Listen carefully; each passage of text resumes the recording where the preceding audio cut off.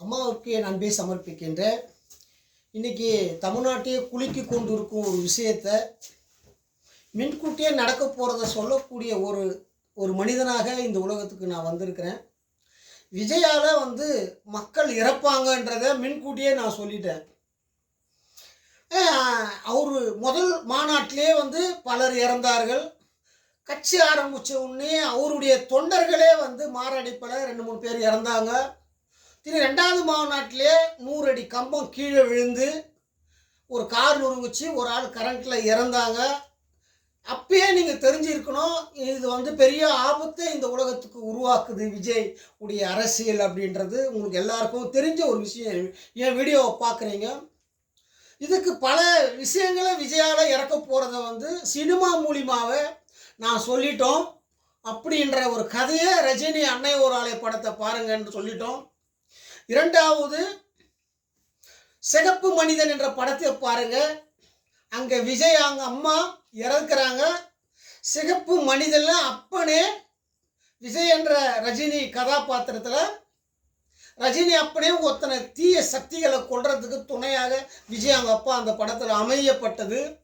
இதுமாரி பல சம்பவங்கள் நான் கரெக்டாக சொல்கிறேன். விஜய் சினிமாக்காரன் தான் இந்த உலகத்தை ஆளுவான், சினிமாக்காரனால தான் காப்பாற்றப்படும். ஆனால் எப்போ விஜய் அரசியலுக்கு வரணும், எப்போ ஒரு முதலமைச்சர் ஆகணுன்ற தலையெழுத்து ஏதக்கூடிய பிரம்மாவை நான்றான்ட்ட உலகத்துக்கு. விஜய்க்கு முதலமைச்சர் ஆக்கணும்னா என்ன ஒருத்தனால மட்டும்தான் முதலமைச்சர் ஆக்க முடியும்னு நான் சொல்லிட்டேன் உலகத்தில். இல்லைன்னா ஆக்க முடியாத விஜய் மட்டும் இல்லை, தமிழ்நாட்டில் முதலமைச்சர் என்ற பேச்சுக்கே இடம். நான் ஒருவன் வந்தால் மட்டும்தான் எதிர்கட்சி ஆடுறதுக்கு தெய்வ சக்தி கிடைக்கண்டான்ட்டு உலகத்தில். இல்லைன்னா இந்த உலகத்தில் ஆடுறதுக்கு முடியாது. இதுமாரியே ஒரு பல சம்பவங்களை நம்ம பார்க்க போகிறோம்டா இந்த உலகத்தில், விஜய் ரூபத்தில் பார்க்க போகிறோம்டான்ற. இதை தடுக்க முடியாதான்ட்டேன் யாராலையுமே. இது ஏன் நடந்தது அப்படின்னு சொன்னீங்கன்னா, காலங்காலமாக ஒரு அரசியல் சம்பந்தப்பட்ட மக்களுக்காக இறங்கி வேலை செய்யும் போது காஞ்சி சுதந்திரத்துக்காக போராடும் போது எவ்வளோ உயிர் சேதங்கள் இந்த உலகத்தில் நடந்திருக்கும், எவ்வளோ பேர் செத்தானும் தெரியாது சுதந்திரம் வாங்கிறதுக்காக. அதுமாரியா எம்ஜிஆர் காலத்திலையும் சரி, கலைஞருடைய காலத்திலையும் சரி, அவருடைய தொண்டர்கள் எப்போ எந்த இடத்துல இறந்தாங்கன்றதை கரெக்டாக சொல்லியிருக்க முடியாது. தொண்டர்கள் இறந்துருப்பாங்க. அதே ஜெயலலிதா இறந்த பிறகும் குறைஞ்சபட்சம் 70 பேர் இறந்துருக்குறாங்க தமிழ்நாடு ஃபுல்லாகவே. இது உண்மை. எம்ஜிஆர் இறந்த பிறகும் இறந்துருக்குறாங்க. ஒரு அரசியல் தலைவன் இந்த மண்ணில் இப்படி ஒரு புரட்சி பண்ணும்போது பெரிய அழிவு உலகத்தில் நடந்தே தீர்ணுடா சட்டப்படிடான்ட்டு. இதை தடுக்கவே முடியாதுடா இந்த உலகத்தில். முதல் ஏன் நடக்குதுன்னா யாருக்காக நடக்குதுன்னு கண்டுபிடிங்கடான்ட்ட. ஒரு சத்தியத்தையும் தர்மத்தையும் காப்பாற்றுற ஒரு புரட்சி தான் விஜய் பண்ணுறாரு. சத்தியத்தையும் தர்மத்தையும் காப்பாற்றணும், அந்த புரட்சிக்காக நடக்கப்பட்டது தான் இந்த தாவேகா கட்சியுடைய தலைவர் விஜய். அப்படியாப்பட்ட நிலைக்கு வர சொல்ல இந்த நாட்டையே இயற்கையை ஆளக்கூடிய ஒரு தலைவன் யார்? முதலமைச்சர். சூரியன், சந்திரன், ஆகாயம், பூமி, காற்று, இது யார் பேச்சை கேட்கணும்? ஒரு தமிழ்நாட்டு முதலமைச்சர் பேரை தான் சொன்னால் மட்டும்தான் அது கேட்கும். ஆனால் மிச்சம் யார் பேச்சையும் அது கேட்காது உலகத்தில் ஈர்க்க. அப்படியாப்பட்ட ஒரு இடத்துக்கு தெய்வமாக வரணும்னா அப்போ அவன் எவ்வளோ பெரிய அவமானத்தை சந்திக்கணும் பாடுறான். ராமன் படாத அவமானமானான்னு கேட்குறான். ஒரு பதவிக்காக மன்னனாக இருந்து நீதி காப்பதற்காக தான் குடும்பத்தையே தியாகம் செய்தான், கூட பிறந்த சகோதரிகளை தியாகம் செய்தான் அந்த மண்ணில். அப்போ நாட்டுக்காக வரவன் ஒவ்வொரு மனிதனும் இதுமாரியா ஒரு பெரிய அழிவு நடந்தே தீரும். நடக்கிற அப்புறம் நல்லது நடக்கும். ஆனால் இது நடக்கிறதுக்கு என்ன காரணம் முதல்னு கேட்டிங்கன்னா, கலைஞருடைய காலத்தில், எம்ஜிஆருடைய காலத்தில் சினிமாக்காரன் ஆட்சிக்கு வரும்போது எத்தனை கோடி மக்கள் இருந்தாங்க பாடுறான். 72ல் சொல்கிறான். 4 கோடியா 5 கோடியா பாடுறான்ற. இன்னைக்குடைய மக்களுடைய கணக்கு எல்லாம் 8 கோடி. 8 கோடிக்கு இன்னும் கணக்கு எடுக்கல தமிழ்நாட்டில் எத்தனை கோடி இருக்குன்னு. ஏன்னா 8 கோடி இருக்கு சொன்ன திருவள்ளூர் மாவட்டத்தில் 50% வீடு தான் இருந்தது. இன்னைக்கு 100% வீடு இருக்குடான்ட்டு, கையிலாம் வீடுடான்ட்டு. அப்போ மக்கள் தொகை கணக்கு எடுக்கல தமிழ்நாட்டில். எத்தனை 9 கோடி இருக்கிறது கூட வாய்ப்பு இருக்குதுடா தமிழ்நாட்டில்ன்ற. அப்போ ஒரு மாவட்டத்தில் எவ்வளோ ஜனங்கள் உற்பத்தி பண்ணியிருக்கிறாங்க பாடுற உலகத்தில்ன்ற இத்தனை வருஷத்துக்குள்ள. அப்போ இத்தனை வருஷமும் இப்படியாப்பட்ட மக்கள் உருவாயிட்ட பிறகு ஒரு சாதாரண ரோட்டில் எவ்வளோ பேர் நிற்கலாம் லைன்லன்னா, ஒரு 1000 பேர், 2000 பேர், 10,000 பேர் லைனாக நிற்கலாம். ஆனால் 1,00,000 பேர் நின்னா இன்னும் ஆகும். அந்த இடம் கூட்டமாக நெரிசல் வந்து மக்கள் சாவதான் செய்வான்டான்ட்ட. இது யாராலையுமே தடுக்க முடியாத ஒரு விஷயம்டான்ட்ட. இது வந்து பிரச்சார வேனில் தான் பண்ணுறாரு. பிரச்சார வேனு. பிரச்சாரம்னா என்ன? வீட்டில் இருக்கிறவன் வெளியே வந்து பார்க்கணும் அந்தந்த ரோட்டில் இருக்கிறவன். இதுதானே பிரச்சாரம் வேணும். ஏன்டா நீங்கள் மாநாடு போட்டீங்கன்னு கேட்குறேன். ஒரு பஸ்ஸில் ஏன்டா மாநாட்டை மக்களை வர வச்சிங்கன்னு கேட்குறேன். மொத்த இடத்துக்கும் இது யார் மேலே தப்புடான்ட்ட. முழுக்க விஜய் இதை வந்து முதல் ஒரு மாவட்டத்தில் இருக்கிற மக்கள், என்னுடைய ரசிகன், என்னுடைய காக்கும், என்னுடைய நண்பன், என்னுடைய தோழன், எனக்காக உயிர் கொடுக்கும் என் தொண்டன், அந்த மாவட்டத்தில் இருக்கிற மட்டும்தான் என்ன அந்த ரோட்டு ஓரம் நிற்க வேண்டும். அப்படி இல்லை என்றால் ஜனங்கள் இறக்கிறதுக்கு வாய்ப்பு இருக்கு. ஜனங்க வந்து எத்தனையோ கூட்டங்களில் இறந்து போயிட்டாங்க. இன்னைக்கு இந்தியாவில் எங்கெங்க கோயில்கள் கூட கூட்டங்கள் அதிகமாக சொல்ல அங்கே மெரிச்சு இறந்து போயிடுறாங்க. எத்தனையோ திருப்பதியில் இறக்கலையா கூட்டத்தில்? இப்போ மகாநதி ஏதோ ஒன்று பிரதமர் நடத்தினார், அங்கே ஜனங்க சாகலையா மக்கள் கூட்டத்தில்? அதெல்லாம் கூட்டம் கூடுறதெல்லாம் மக்கள் சாகுறாங்கன்றது நல்லா தெரியுது இந்தியாவில், தமிழ்நாட்டிலலாம். அப்போ நீங்கள் கூட்டம் கூடுற இடத்துல இப்போ ஒரு 4 பேர் ரோட்டில் நிற்க வேண்டிய இடத்துல 1,00,000 பேரை நிற்க வச்சா ஒரு மாநாடு நடத்தினா எப்படா ரோட்டில் ஒரு மாநாடு நடத்துறீங்கடான்ற நீங்கள்? இந்த மாநாடு நடத்துகிற வேலையே இருக்கக்கூடாதா தமிழ்நாட்டில்ன்ற ரோட்டில்? அந்தந்த மாவட்டத்தில் இருக்கிற தொண்டர்கள் மட்டுமே நிற்க வேணும். அடுத்த மாவட்டத்தில் வந்தானா அவனை அரெஸ்ட் பண்ணி சட்டப்படி 6 மாதம் தண்டனை கொடுத்தா மட்டும்தான் இந்த நாட்டை உயிர் சேதத்தை தடுக்க முடியுண்டான்ட்டு. இன்னைக்கு ஏன்னு கேட்க, நான் டெபாசிட்டை எடுக்கிறவன். டெபாசிட் எடுத்து நான் போன வாட்டி அதிமுக அவனுக்கு எவ்வளோ கூட்டம் வந்தது, எவ்வளோ கூட்டம் இப்போ நிற்குது. ஜெயிக்காதவனுக்கு ஜனம் நிற்குது. ஒரே ஒரு சீட்டு ஜெயிக்க முடியல, 5 சீட்டு ஜெயிக்க முடியல. எத்தனையோ சின்ன சின்ன கட்சிகள், அவனுக்கு எவ்வளோ ஜனம் நிற்குது, எவ்வளோ மக்கள் நிற்கிறான். பார்த்த கூட்டம் தோத்தவெல்லாம் கூட்டம் சேர்த்து வச்சிருக்கிறான். இன்னைக்கு என்னன்னு கேட்டீங்கன்னா, ஜாதி அடிப்படையில் போயிட்டான், மத அடிப்படையில் போயிட்டான், பணத்துக்காக போகிறான். இந்த உலகம் உயர்வதற்காக ஜெயிக்காதவன் எல்லாம் இன்னைக்கு 2% ஓட்டு சீமா 5% ஓட்டு வாங்குறான். அவனுக்கு ஜனம் கோழுது, அவன் தோத்து போகிறான். ஏன்னா அவன் தோத்து போகிறானே, அவனால நமக்கு எந்த ஒரு பலனும் கிடையாது. நம்ம அவன் பின்னாடி போகிறோமேனே. ஒருத்தனுக்காவது அறிவாற்றல் இருக்கா நாட்டில்? ஒருத்தனுக்காவது 4 வாட்டி ஒரு 2 வாட்டி தோத்துட்டாவே 3ஆவது வாட்டி அவன் ஜெயிக்க மாட்டான்னு தெரியும். ஆனால் இத்தனை ஆண்டு அவன் தோக்குறான். அவனால் நாட்டுக்கு எப்படி நல்லது நடக்கும்? அவனையும் ஒரு மக்களையும் ஏமாத்து ஒருத்தன் பிறந்து கொண்டே இருக்கிறான் இந்த உலகத்தில். யாராலையும் தடுக்க முடியல. இப்படி ஒரு சூழ்நிலை இருக்க சொல்ல இந்த மக்கள் சேதத்தை நீங்கள் எப்படிடா தடுக்க முடியும்னு கேட்குறேன். தப்பு முழுக்க தவறுறான்ட்ட விஜய் மேலே. இதை வந்து அரசாங்கத்து மேலே குறை சொல்லக்கூடாதுறான்ட்டு. அரசாங்கம் என்னடா தவறு பண்ணிச்சிங்க? அரசாங்கம் என்ன பண்ணும்? அதனுடைய சட்டத்தை முதல் சொல்லும் உலகத்துக்கு இப்படி தான் நடக்கணும்னு. அரசாங்கம் பண்ணுறதுக்கு அறிகுறி அங்கே எதுவுமே கிடையாது. ஏன்னா கண்ணுக்கு தெரிஞ்சு மக்கள் நெரிசலில் சாவுறாங்க, டிவியில் காமிக்கிறான். அவன் கட்சிக்காரன் தான் வீட்டை உடைக்கிறான், தான் குடிசையை உடைச்சி வெளியே வரான். உயிருக்கு விஜயே தண்ணி தூக்கி போடுறாரு. அவர் கண்ணு முன்னே நடக்குது, மழை கழிச்சு உயிராங்க. இது வந்து யார் அரசாங்கத்து மேலே வந்து முழுக்க ஆதரவு கொடுக்குது? அரசாங்கம் வந்து போலீஸ் 500 போலீஸ் இறக்கி காவல் கொடுத்துருக்குது. இது வந்து டிவியில் சொல்லப்படுறாங்க. இப்படிலாம் இருக்க சொல்ல அரசாங்கத்தை வைத்து விஜயை வைத்து நீங்கள் வந்து அரசியல் செய்யலான்ற சின்ன கட்சிகள்லாம் கனவு கண்டு கொண்டு இருக்கிறது. அந்த கனவுலாம் பழிக்காதரான்ட்டு அரசாங்கத்து மேலே குற்றம் சொல்கிறதுக்கு 95% வாய்ப்பே இல்லைடான்ட்டு. ஒன்று, உடம்புல பாடியில் எதனா விஷம் கலந்து இருக்கிறதா? எல்லா பாடியில் விஷம் கலந்து இருக்கிறதா? வேற எதனா கலந்து வேணா உயிர் சேதம் பண்ணியிருக்கிறாங்களா? அப்படின்ற அறிக்கை வந்தால் மட்டும்தான் இதுக்கு பின்னாடி ஆள் இருக்கிறாங்க நம்ம சொல்ல முடியும். ஆனால் கண்ணுக்கு தெரிஞ்ச மக்கள் வந்து மூச்சு திணறலில் சாவுறான் மொத்த பேருமே. இங்கே மட்டும் சாவல, பல இடத்துல பல கூட்டங்கள் கூடுற இடத்துலேயே சாவுறான். 2016 கோயிலில் இருந்து அப்படியே உக்காடுறான், அப்படியே செத்து போகிறான். ரெண்டாவது எக்ஸசைஸ் பண்ணுறான் அப்படியே செத்து போயிடுறான், கபடி அடிக்கிறான் அப்படியே, கபடி ஆடுறான் அப்படியே செத்து போயிடுறான். 2016 மனுஷன் கொடூரமாக செத்து கொண்டு இருக்கிறான். இதுக்கெல்லாம் காரணம் என்ன? சத்தியம் தர்மம். இந்த சத்தியம் தர்மம் தமிழ் கலாச்சார சட்டம் உலகத்திலேயே கிடையாது என்றதை யார் பேசுறது? விஜய் மறைமுகமாக நான் பேச வேண்டிய ஒரு இடத்த கரெக்டா பேசுறாரு. அண்ணா திமுகவும் பிஜேபிக்கு கூலி வேலை செய்து கொண்டிருக்கிறது. இது உண்மை சமாச்சாரம். ஆனா நான் டிஎம்கேக்கு தான் சப்போர்ட் பண்ணுவேன் சொல்றேன். டிஎம்கே ஒருத்தரை தண்டிக்கிறதுக்கு முடியாது. ஒரு தனிப்பட்ட ஒரு முதல்வர், ஒரு நாட்டு பிரதமரையும் கீழே இருக்கிறவங்க தண்டிக்கிறதுக்கு இவரால் முடியாது. திருத்த தான் முடியும். ஒரு பிரதமரை மாற்றி திருத்த முடியும். அதுதான் நம் முதலமைச்சர் செய்து கொண்டிருக்கிறார். அவர் கடவுள் சக்தி பெற்றவர், ராமனுடைய அவதாரம். அவரை ஒன்றுமே பண்ண முடியாது உலகத்தில். ஏன்னா ஒரு வீட்டுக்கு ஒரு பெண்ணு தான் அந்த உலகத்தை ஆள்றா. அந்த பெண் சக்தி இல்லைன்னா இந்த நாட்டை ஆள முடியாது.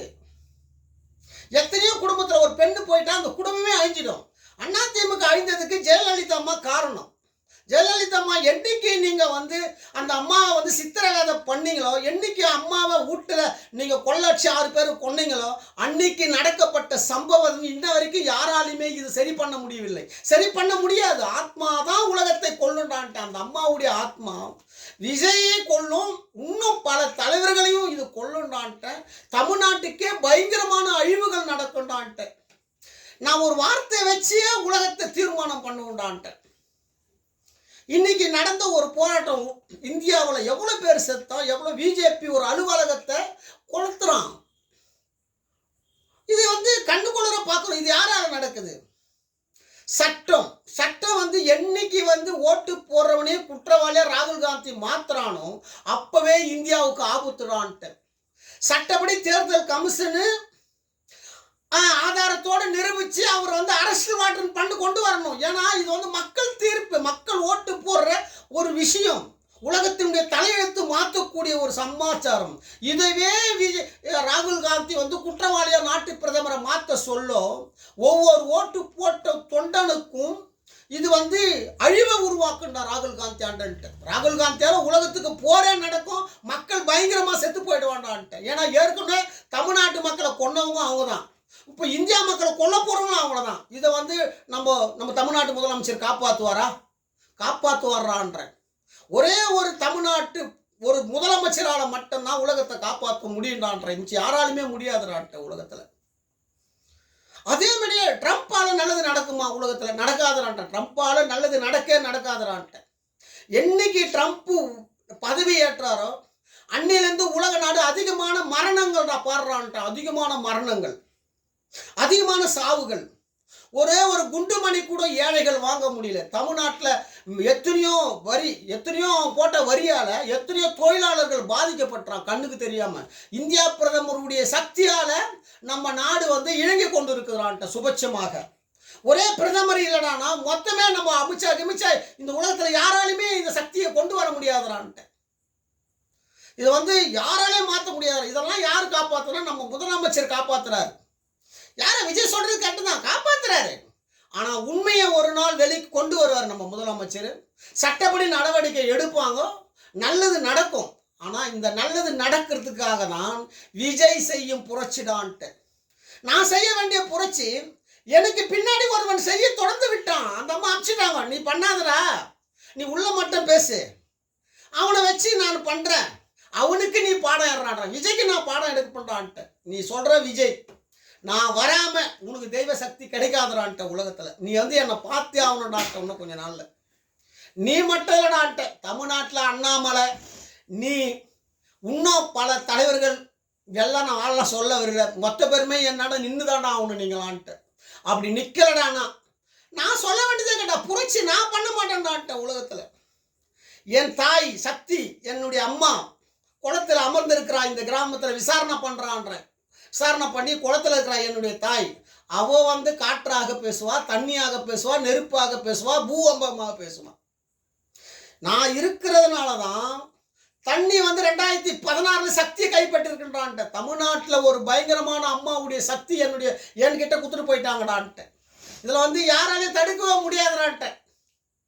நீங்கள் வச்சுக்கிற பல கோடிடான்ட்ட, பல கோடி பணத்துக்கு நான் கையெழுத்து போடணுடான்ட்ட. திருப்பதி பெருமாளுக்கே நான் கையெழுத்து போட்டால் தான் செல்லுண்டான்ட்ட. ஏதி வச்சுங்கடான்ட்ட. என்னுடைய புரட்சி ஒரு 2 ரூமுக்குள்ளே தான் இருக்குது. ஆனால் இன்னைக்கு வந்து எவ்வளோ பெரிய விஷயத்தை நான் வெளியே கொண்டு வந்துக்கிறேன்றது யூடியூப் சேனல் நடத்துகிற அவங்களுடைய கருத்து நான் சொல்கிறதெல்லாம் உலகத்தில் நடந்திருக்கிறது என்றது அவங்க பதிவு பண்ணி வச்சுருப்பாங்க. அது ஒரு நாள் வெளியே கொண்டு வருவார் முதலமைச்சர். நிச்சயமாக நம்ம முதல்வர் பேச்சாற்றலையும் அவருடைய பொறுமையான நிதானமும் ஒரு பெரிய லெவலுக்கு கொண்டு வந்திருக்கடா இன்னைக்கு தமிழ்நாட்டேன்னு சொல்கிறோம். ஆச்சரியமாக இருக்குடான்ட்டு. ஒரு பேனா, தோபில் இருக்கிற பேனாவை தான் ஒரு பெண்ணுக்காக எடுத்து கொடுக்குறாரு. அவருடைய பேச்சாட்டம், அவர் அந்த அப்படின்னா அந்த பெண்கள் மேலே அவருக்கு எவ்வளோ அன்பு வந்திருக்கு, குழந்தைங்க மேலே பாடுறான்றான். மனிதன் தவறு செய்வது இது வந்து உலகத்தில் பிறக்கும் போது மனிதன் தவறு செய்யதான் முடிவான். அவன் மனிதன் என்பவன் என்ன, கடவுளாக இருந்தாலும் அவனுக்கு கடவுள்னு தெரியாது. ஒரு 5 அறிவு ஜீவனில் தான் மனிதன் உற்பத்தி ஆகிறான். ஆனால் தவறை சுட்டி காட்டக்கூடாதான்ட்ட. மனிதனை வந்து தவறு ஆபத்து வரும்போது அவன் பெரிய தவறை செய்யும் போது அவன் தவறை சுட்டி காட்டலாம். ஆனால் அவன் நல்லது செய்யும் போது அவனை பாராட்டணும்டான்ட்ட. அதேமாரி ஒரு பெண்ணுக்கு ஒரு வீடு, அதே மாதிரியா யாராக இருந்தாலும் ஒரு நைட்டு போகிறாரு வீட்டுக்குள்ள, உடனே இதை கண்ட உடனே ஓடுற தலைமை செயலத்துக்கு நைட்டு, உடனே கரூர் போகிறாரு, உடனே 10 லட்சம் ரூபாய் கொடுக்குறாரு உடனே. ஆனால் இந்த 10 லட்சம் ரூபாய் கொடுத்ததுனால தான் விஜய் 20 லட்சம் ரூபாய் கொடுத்தாரு. அதே நம்ம கட்சிக்காரன் சாவலை ஒரு 3 லட்ச ரூபா கொடுக்கலாம், 2 லட்ச ரூபா கொடுக்கலாம், 5 லட்ச ரூபா கொடுக்கலாம் குத்துந்தாருன்னா இவர் 10 லட்ச ரூபாய் கொடுத்துக்கிறார். நீ 20 லட்ச ரூபாய் கொடுக்க வச்சது யாரான்ட்டு, நம்ம தமிழ்நாட்டு முதலமைச்சர்றான்ட்டு. ஒவ்வொரு வீட்டுக்கும் விஜய் பணம் போது, விஜயால் நல்லது நடக்கும், ஃபஸ்ட்டில் பெரிய அழிவுகள் நடக்கும். இதை வந்து யாராலையும் தடுக்க முடியாத ஒரு விஷயம். இன்னும் பெரிய ஆபத்துக்கள் நம்ம விஜயால் நடக்கும். ஆனால் விஜயால் நல்லது நடக்கும். யார் நம் நாட்டை ஆளணும் என்பது இயற்கை முடிவு செய்யும். அம்மா முடிவு செய்வாங்க. நிச்சயமாக நம் முதலமைச்சர் பயங்கரமான தெய்வ சக்தி பெற்றவர், அம்மாவுடைய அருள் பெற்றவர். ஒரு அம்மா 2 அம்மா கிடையாது, பாரத தாய் தான் இந்த நம் தமிழ் தாயுடைய அருளை பெற்றவர், ஜெயலலிதா என்ற அருளை பெற்றவர், சக்தியுடைய அருளை பெற்றவர். நீங்கள் எல்லாருக்கும் ஆதாரம் இருக்குடான்ட்ட. 12 ஆழ்வார்கள் 12ஆம் தேதி துர்கா ஸ்டாலின் பிறக்கிறாங்கன்றத கண்குளிராக பார்க்குறோம். தெரியும் 12 ஆழ்வாருடைய கதையை ஏதுறார் கலைஞர். ராமானுஜர் கதையை இறக்கிறதுக்கு முன்ன, மரணத்துக்கு முன்னே ராமானுஜர் கதை தமிழ்நாட்டில் ஏதுறாரு. தெரியும் அரசியலில் வந்த உடனே என்ன எழுதுறாரு, பராசக்தி படத்தை எழுதுறாரு. கலைஞருக்கும் கடவுளுக்கும் நெருங்கிய தொடர்புடான்ட்ட. இது வந்து நான் சொல்லவில்லை. கோபால்புரத்தில் அவருக்கு வீட்டாண்ட கோயில் கதவு திறந்து அவர் காரில் ஏற சொல்ல கடவுள் ஆசீர்வாதம் பண்ணுறாரான்ட்ட. அவருக்காக கடவுள் கதவு திறந்து வச்சு காத்திருந்தாரான்ட்ட. அப்படியாப்பட்ட ஒரு தலைவன் இந்த மண்ணில் பிறந்ததுனால தான் எம்ஜிஆர், கலைஞர், அரசியல் தலைவர், போலீஸ்காரன், அதிகாரிகள் தமிழ்நாட்டில் இந்தியாவில் ஒரே ஒரு கலைஞரால் தான் நீங்கள் சுபட்சமாகவும் சந்தோஷமாகவும் இருந்தீங்கடான்ட்டு. அப்படியாப்பட்ட ஆளை குற்றவாளின்னு சொல்கிறீங்க. ஆனால் ஒரு தாயே காப்பாற்றப்பட்ட குடும்பம்னான்ட்டு காப்பாற்றி கொண்டு இருக்குதுடான்ட்ட. இன்னைக்கு ஒரு தாயை பண்ண ஒரு துரோகத்தை இந்த அரசு காப்பாற்றி கொண்டு இருக்குடான்ட்ட. இன்னைக்கு இதுக்கு வந்து சரியான முடிவுக்குள்ள சீக்கிரமாக இது கடித்துவிடும். இது பெரிய சோகம். விஜய்க்கு இது வந்து வருத்தக்கூடிய ஒரு விஷயம். விஜய் வந்து தைரியமாக இருக்க வேண்டும். இன்னும் மக்களுக்காக அவர் போராடுவார். அவருக்கு ஓப்பன் பண்ணிச்சு அவர் வந்து முடங்கி வீட்டுக்கு போயிடுவாருன்றதை நீங்கள் யாரும் கனவு காணாதீங்க. தெரியும் அவர் நாட்டு மக்களுக்காகவும் அவர் வெளியே வருவார். இரண்டாவது இன்னொன்று சொல்கிறேன், எந்த மாவட்டத்தில் அரசாங்கத்துக்கு நான் சொல்லக்கூடிய ஒரு விஷயம், சட்டம் கொண்டு வரணும். முதல்ல சட்டம் கொண்டு வந்தால் மட்டும்தான் நம்ம இதை காப்பாற்ற முடியும். அந்த மாவட்டத்தில் இருக்கிறவங்க மட்டும்தான் வரணும். குறைஞ்சபட்சம் ஒரு ஊரில் 100 பேருன்னா கூட சுற்றி இருக்கிற ஊருக்கு அந்த தொகுதியில் எத்தனை பேர் இருக்கிறாங்க அத்தனை பேர் கணக்கு போட்டு ஒரு 10,000 பேர் ரோட்டில் நிற்கிற மாதிரி தான் ஒரு பிரச்சாரம் இருக்க வேண்டும். அடுத்த மாவட்டத்திலேருந்து வந்தால் அரெஸ்ட் பண்ணிடுவாங்க. ஸோ சட்டப்படி நடவடிக்கை எடுப்பாங்க. கட்சி மேலேயும் பொதுமக்கள் மேலேயும் சொல்லிட்டு சட்டம் கொண்டு வந்தால் மட்டும்தான் இந்த உயிர் சேதத்தை நம்மளால் தடுக்க முடியும். ரெண்டாவது வந்து மக்களுக்கும் ஒரு மகிழ்ச்சியான ஒரு சமாச்சாரமாக இது இருக்கும். இல்லைன்னா சட்டம் கொண்டு வரலன்னா இது வந்து பெரிய உயிர் சேதங்கள் வரும். இதனை வச்சு அரசியல் பண்ணாதீங்க. விஜய் கெட்டவர், அரசாங்கம் கெட்டு போச்சு, அரசாங்கத்தால் தான் நடந்தது, அரசாங்கம் தான் இது பண்ணிச்சுன்னு ஒரு மடத்தனமாக பேசாதீங்க யாருமே. இது ஒரு மடத்தனமான ஒரு விஷயம். சூட்சமத்தில் நடந்தது, யாரோ உளவு பண்ணி தான் பண்ணாங்க, அரசாங்கம் தான் பண்ணிச்சு, இது பின்னாடி ஆள் இருக்கிறாங்கன்னு யாரும் வந்து அரசாங்கத்து மேலே குறை சொல்லாதீங்க. இது வந்து பைத்தியக்கார நிலைமையே ஆகிவிடும். யாரும் அரசியல் பண்ண வேணாம். இரண்டாவது, கரூரில் இறந்தவர்களுக்கு என் மனமானந்த துயரமான இந்த சம்பவத்துக்கு வருந்துகிறேன். ரெண்டாவது, காயம்பட்டவர்களும் நலமாக வேண்டும் என்பதற்காக பிரார்த்தனை செய்கிறேன். எல்லாருக்கும் எல்லாம் சந்தோஷமும் நிம்மதியும் உலகத்துக்கு கிடைக்கும்.